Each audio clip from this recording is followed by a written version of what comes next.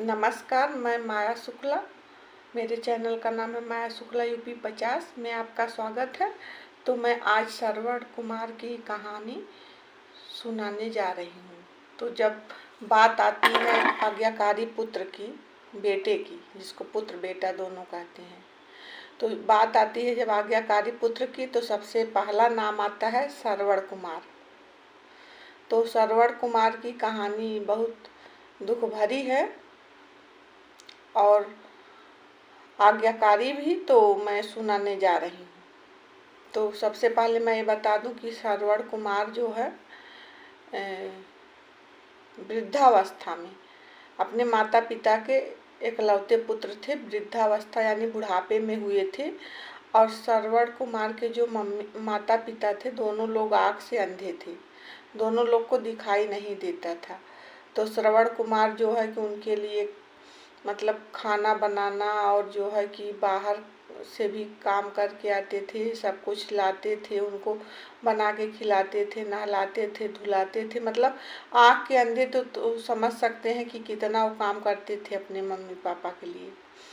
तो वो ऐसे ही जीवन बीत रहा था। कुछ वर्ष बीता तो श्रवण कुमार के माता पिता बोले कि बेटा, मेरी तो सब इच्छा पूरी हो गई है, मेरा बुढ़ापा आ गया है, अब मेरी एक इच्छा और बची है। श्रवण कुमार ने कहा कि आज्ञा दीजिए माता जी कि क्या इच्छा बची है। तो उन्होंने बताया कि हमारी इच्छा ये है कि हमारे पास तो आँख नहीं है, लेकिन आपके आँख से हम जो है पूरा तीर्थ यात्रा करना चाहते हैं, चारों धाम जिसको कहते हैं। तो कहे कि ठीक है, जब आपकी यही इच्छा है तो मैं ज़रूर उपाय करूँगा आपको दर्शन कराने का। तो श्रवण कुमार सोचने लगे कि मेरे माता पिता आँख से अंधे हैं, पैर से चल नहीं सकते हैं, तो मैं कैसे जो है कि इनको दर्शन करा सकता हूँ। तो उनके मन में आया कि गए एक जैसे बहंगी, पहले उसको बहंगी बोलते थे, तराजू की तरह था। मतलब कि एक तरफ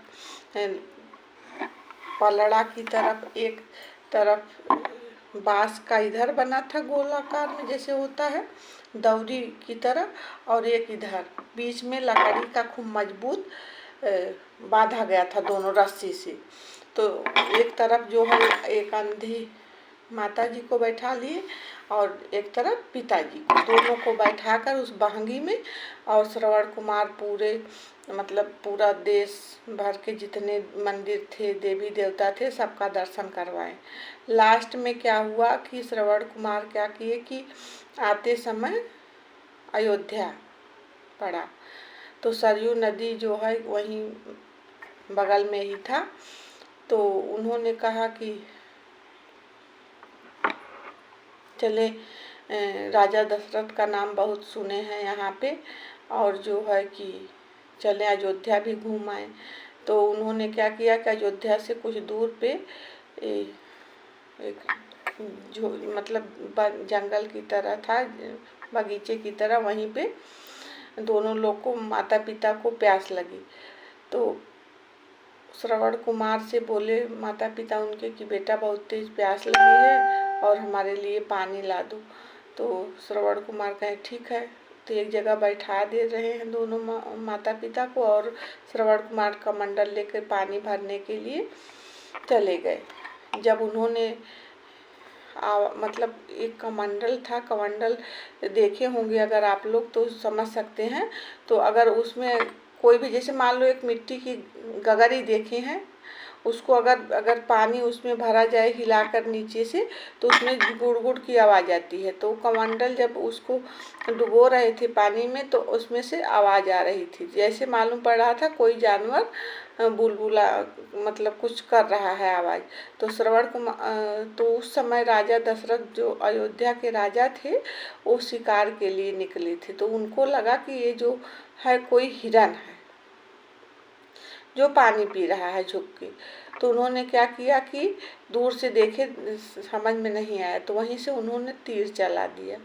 तो तीर जो है श्रवण कुमार के सीने में जाके लगी। श्रवण कुमार जो है धरती पे गिर जाते हैं और कहते हैं कि हे प्रभु, मैंने किसी का क्या बिगाड़ा था जो मेरी ये स्थिति किया। तो राजा दशरथ दौड़ के आते हैं उनके पास और हाथ जोड़ते कहते हैं, मैं आपको जो है एक हिरन समझ के तीर चला दिया और आपकी ये स्थिति हुई है, तो मैं जो है कि तो श्रवण कुमार कहते हैं, ठीक है, अब चोट हमको लगा है, तो कुछ नहीं हो सकता है। उनकी मतलब पूरा जान निकलने वाला था उस समय।